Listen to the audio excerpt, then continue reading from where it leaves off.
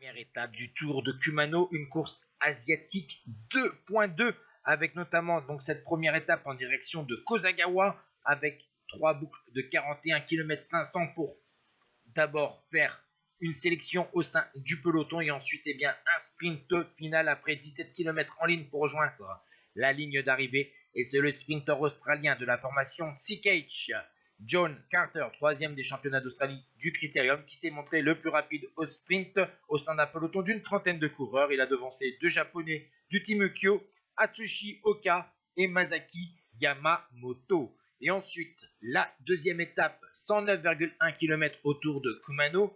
Là, on a eu encore des belles difficultés avec notamment 4 tours de 20 km avec une montée de deuxième catégorie au milieu de cette étape et donc une belle sélection au sein d'un peloton. Il n'y a plus qu'une vingtaine de coureurs. La ligne d'arrivée est jugée au sommet d'une montée et c'est un Espagnol, Benjamin Prades de l'équipe de Fukuoka, qui a battu le Colombien Quintero, 4e de l'étape. Oka prend les commandes du classement général.